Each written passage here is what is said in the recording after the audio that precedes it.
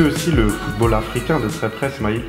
Depuis des années, depuis maintenant plusieurs Coupes du Monde, les nations africaines ont du mal à exister en Coupe du Monde, malgré à chaque fois des effectifs de qualité. Alors pour moi, le meilleur exemple étant le Sénégal lors de la dernière Coupe du Monde, même s'ils sont sortis, alors pour une histoire de carton, ce qui paraît assez ridicule, mais à long terme quand même c'est flagrant, ce manque de performance de ces nations africaines. Comment t'expliques ça, toi? Alors moi j'ai un avis un peu dur avec ça. Je pense que les équipes africaines oublient que ce sont des équipes africaines et se disent on est fort, on a un gros potentiel parce qu'on a toutes nos grandes stars, tous nos grands joueurs qui évoluent dans les grands championnats ou parfois dans les très grands clubs européens. Mais à un moment on est en Afrique. Faut jouer avec ce qui fait la différence dans le foot africain. Pas de l'insouciance, parce que ce serait de la naïveté et ce serait du néocolonialisme de dire ça, oh, ils sont gentils, c'est pas vrai. Mais il y a une insouciance qui fait la force du foot africain. À côté de ça, il faut juste rajouter peut-être la rigueur tactique qu'on peut avoir dans les grands clubs européens, dans les grands championnats ou les grandes compétitions, comme la Ligue des Champions, mais pas au détriment de ce qui fait l'essence même du football africain. Parce qu'à un moment, si tu te renies trop sur la durée, ça ne tiendra pas. C'est mon avis.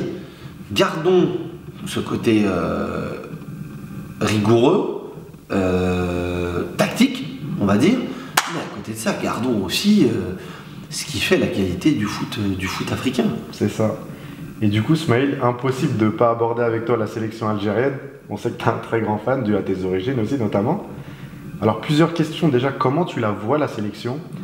Et encore une fois, je pense que ça va être le même souci que les autres sélections nationales en Afrique, mais comment t'expliques ce manque de régularité dans les résultats, ce contexte assez pesant autour de la sélection, malgré encore une fois une génération dorée? Je pense à Brahimi, je pense à Mahrez, je pense à Bentaleb, et j'en passe. On a tellement des joueurs talentueux aujourd'hui. Comment t'expliques ça? Tu as parlé de quelque chose d'important quand tu as parlé de la sélection algérienne, c'est le contexte. Alors je vais enlever la casquette du supporter, enlever la casquette du français et algérien, en analysant pur. La fédération algérienne n'est pas plus bête qu'une autre. Elle a fait des erreurs. Comme toutes les sélections, comme tous les dirigeants d'un club sur la durée, tu es obligé de faire des erreurs. Et elle s'est servie de ces erreurs pour progresser. La vraie progression, c'est dans le choix du sélectionneur. Pour une fois, et parce que tu en as besoin avec cette génération-là, tu as un sélectionneur qui ressemble aux joueurs de la sélection. Djamel Belmadi, il est né en France, il a commencé le foot en France, il a grandi en France, il a joué en France et il a été formé en France. Il a la mentalité française et il a vécu surtout tout ça, plus prendre l'avion et venir avec la sélection algérienne.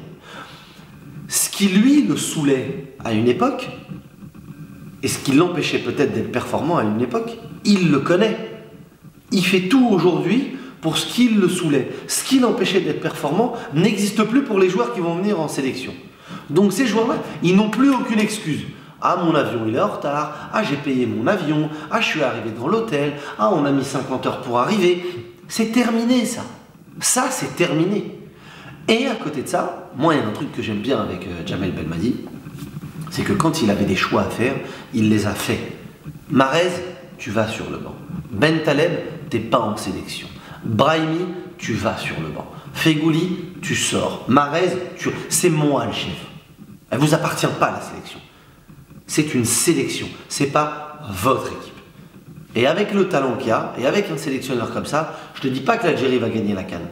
Mais au moins, il y aura quelque chose de cohérent. Après, tu peux perdre, et c'est le foot, et je serai le premier dégoûté. Mais au moins, ce sera cohérent. Si après, tu tombes sur meilleur que toi, si après, il y a des faits de jeu qui font que ça ne passe pas, c'est le foot. Mais au moins, mets tout de ton côté, de façon cohérente, pour pouvoir être performant. Et ça t'arrive, toi, sur BeIN, je le vois moi aussi derrière mon écran, de commenter certaines fois les rencontres de l'Algérie, notamment pour les éliminatoires de la CAN. C'est pas compliqué de rester neutre quand l'Algérie marque ou prend un but. Il n'y a pas des moments où dans ta tête tu te dis mais non, mais fais la passe, applique-toi. Mais tu peux pas le dire, bien entendu. Moi, j'ai la chance et la malchance d'avoir mon club préféré qui joue en National 3 en CFA2, qui est le Racing Club de France. On va l'aborder d'ailleurs. Donc je ne commande jamais le Racing. Donc j'ai jamais ce problème-là. Le seul souci que j'ai, c'est quand il y a l'équipe d'Algérie ou quand il y a l'équipe de France. Ce que je me dis, c'est pourquoi quelqu'un qui va commenter la France a le droit d'être chauvin. Et pourquoi celui qui commente l'Algérie n'aurait pas le droit d'être chauvin? Ah, Omar Da Fonseca, c'est génial quand il commente l'Argentine. Ah, Sonny Anderson, c'est génial quand il commente. On leur demande de l'être limite. Ouais. Ah, Smaïl Bouabdella, qu'est-ce que ça vous regarde? Que je commande d'une certaine façon ou pas? Est-ce que c'est moi qui vais changer le match? Non. J'ai la chance de pouvoir le faire. Je suis désolé, hein, je vous emmerde. Je pense que ça dépend des pays. Par exemple, en Turquie, je sais que le commentateur, s'il n'est pas chauvin, ça passe pas. Mais dans tous les pays, c'est comme ça. Il va se faire clairement, je m'excuse du terme, il va se faire démonter. Mais bien sûr, dans tous les pays, c'est comme ça. Alors après, moi, je pense que j'arrivais à avoir peut-être pas d'objectivité, mais une lucidité dans l'analyse. Après, demain, l'Algérie va faire une finale de CAN. Elle va gagner la CAN, je vais dire, voilà, l'Algérie est championne d'Afrique.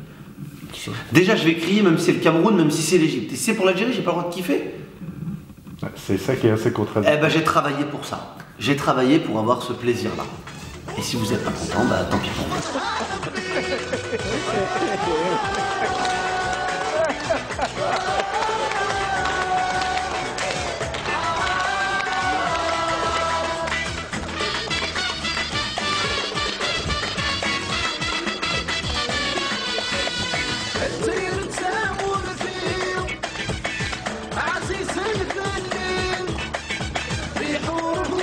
Ouais, alors c'était pas à l'antenne.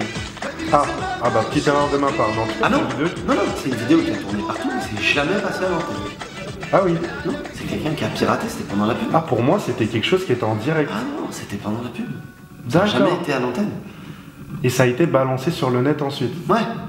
D'accord, moi j'ai toujours pensé que c'était en direct, juste après la qualif. En direct, je l'aurais jamais fait. C'est à l'antenne, à la mi-temps du match Algérie-Corée du Sud, quand l'Algérie mène 3-0. Ah bah ça c'est une belle info, parce que je pense qu'on est plusieurs à penser que c'était en direct. Non, jamais je l'aurais fait, jamais, jamais. C'est malheureux, mais par peur. C'est terrible, hein. Donc c'est génial quand Omar Da Fonseca il commente avec le maillot de l'Argentine, il met sa cravate, il a le maillot de Messi, c'est super. Mais je pense que le fait qu'il y ait un problème avec l'équipe d'Algérie, c'est pas un problème de foot.